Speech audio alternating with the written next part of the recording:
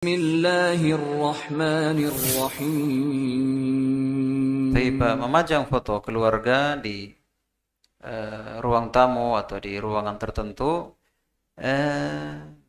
tentunya kalau mengingat hadits-hadits bahwa Nabi sallallahu alaihi wasallam bersabda, la tadkhulul malaikatu fi baitin fihi atau fiha kalbun wa surah, tidak malaikat tidak akan masuk di rumah yang di dalamnya ada anjing dan gambar, ya tidak masuk. Artinya kalau malaikat tidak masuk di rumah yang ada anjing dan gambar, berarti yang masuk syaitan, ya kan?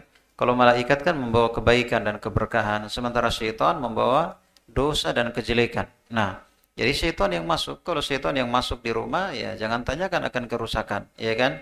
Jangan tanyakan akan kerusakan. Itu di antara mudaratnya, ya kan? Dipajang, ini di antara mudaratnya. Kemudian juga di hadits yang lain, Nabi sallallahu alaihi wasallam bersabda, asyaddun nasi bala'an, atau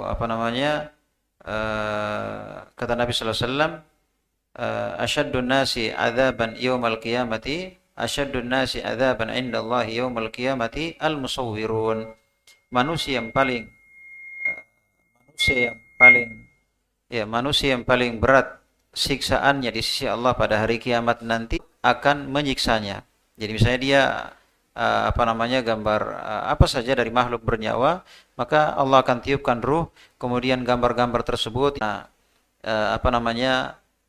kondisi banyaknya media sekarang tidak ada dimanfaatkan dengan kebaikan, banyaknya dai-dai yang sesat yang mereka menggunakan gambar-gambar berupa video ataupun foto, ya, sehingga kita pun masuk untuk mengimbangi hal tersebut, ya, maksudnya supaya mereka di media-media yang video itu ada pilihan bagi mereka, kalau sama sekali tertutup, ya tidak ada pilihan bagi pengguna misalnya media sosial, maka bagaimana yang terjadi, ya kan, bagaimana yang terjadi.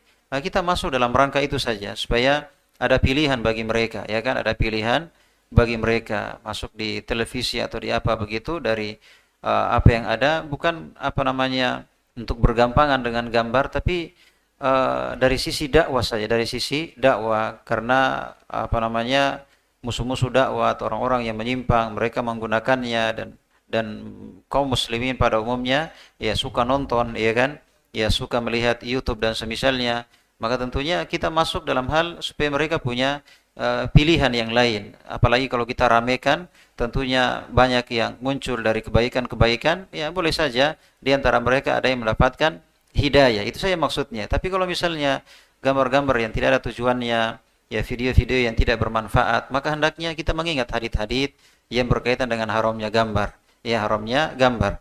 Jadi walaupun ada yang mengatakan bahwa beda antara menggambar dengan tangan dengan dengan fotografi, ya, dengan alat yang sekarang ini, tapi kita katakan itu pembahasan yang tidak kuat, ya. Bagaimana caranya kalau misalnya dia menulis pakai HP-nya, apakah dikatakan dia tidak menulis, ya, atau dia mengetik pakai komputer misalnya, dia tidak dikatakan dia menulis, ya. Sama misalnya ketika dia menggambar dengan foto, apakah tidak dikatakan dia menggambar, ya. Tentunya ini bahasa yang dipaksakan begitu, ya. Artinya hendaknya kita hati-hati saja mengingat kerasnya siksaan bagi para penggambar. Oleh karena itu, kalau memang tidak mendesak dan tidak ada manfaat yang sangat, ya jangan bergampangan begitu, ya. Apalagi hanya pajang-pajang sebagai kenang-kenangan, ya, sebagai hiasan ruang tamu, dinding, kebanggaan begitu.